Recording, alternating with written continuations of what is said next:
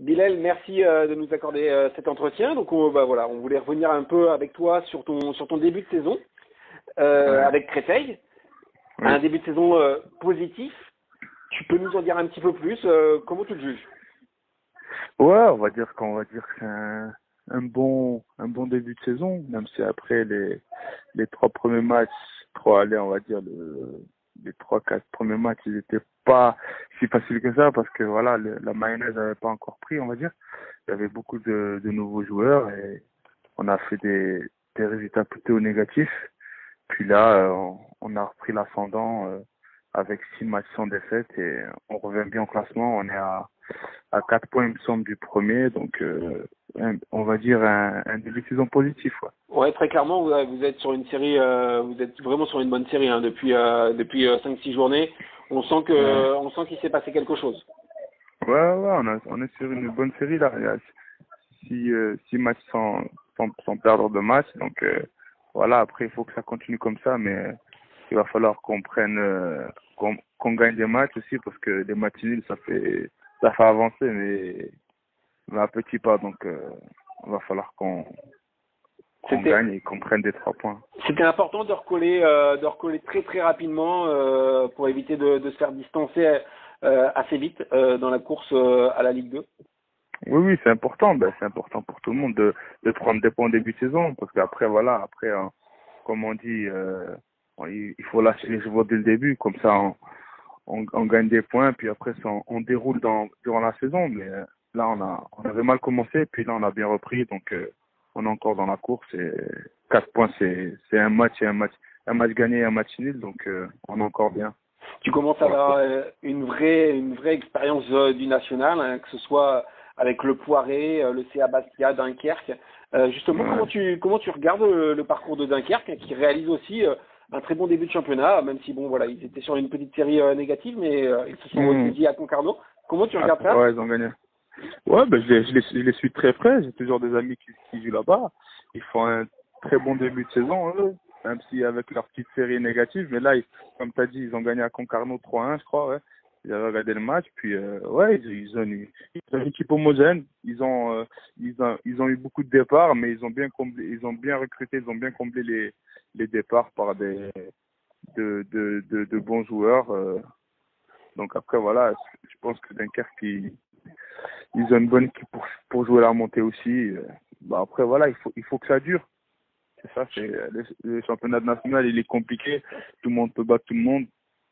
Après voilà, j'espère pour eux que ça va bien se passer, mais après une saison, ça se joue sur plusieurs matchs, surtout les matchs les plus importants comme quand tu joues contre des équipes qui sont en bas de tableau, c'est les plus difficiles à jouer.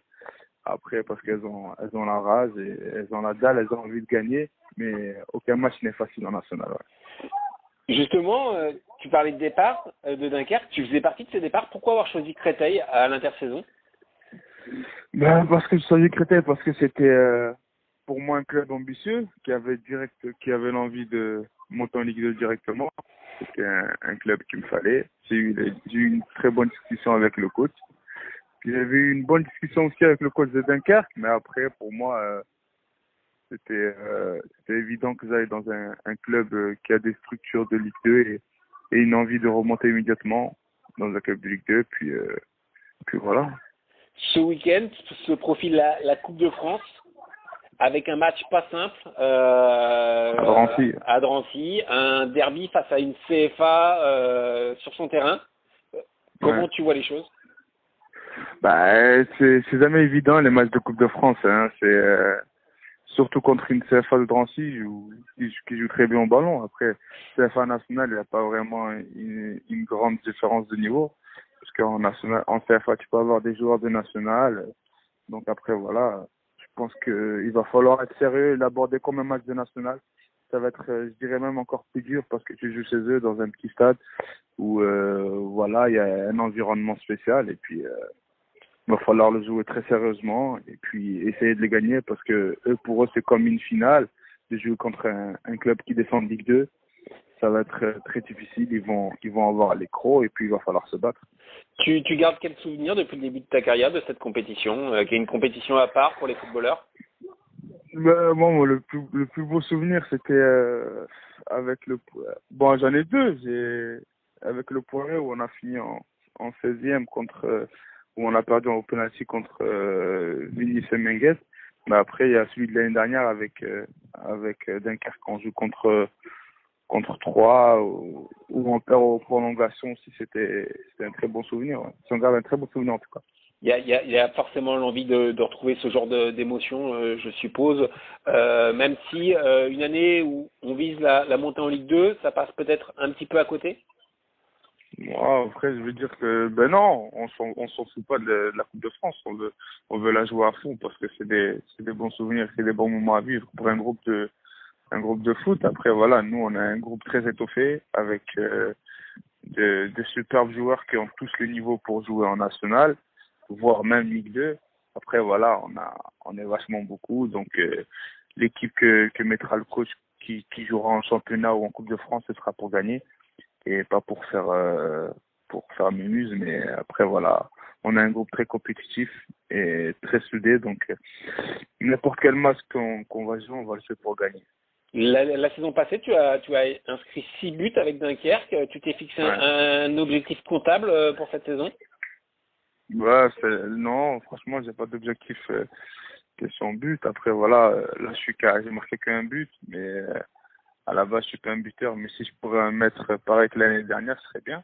Ouais. Après, moi, mon objectif, c'est de faire jouer les autres et essayer de faire marquer.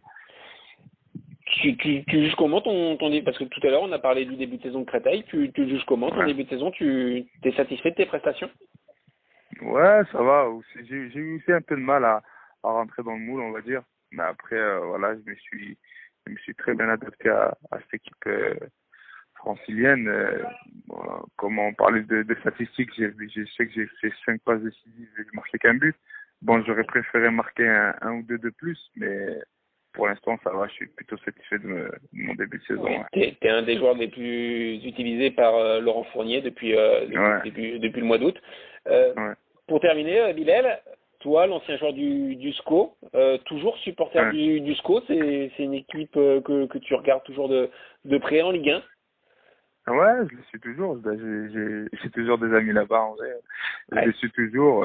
Après, voilà, ça me fait plaisir qu'ils réussissent à ce niveau-là parce que c'était un club très bien structuré, qui mérite amplement sa place en Ligue 1 avec des belles structures.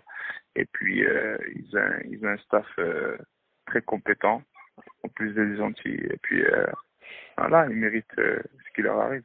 D'ailleurs, c'est une année, en tout cas la saison 2013-2014 où tu avais quand même collectionné 6 talents foot national, alors certes avec Ouais, la réserve du SCO, mais ça n'empêche ouais. que c'est une année qui a compté pour toi. Hein. Ouais, c'est une année concoctée pour moi parce que je revenais du pré au Poiré.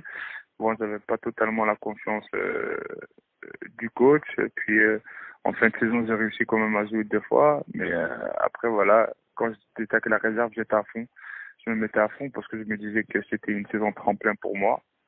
Et puis, finalement, j'ai réussi à signer au CA Bastia grâce à cette belle saison malgré que ce soit en CFA2.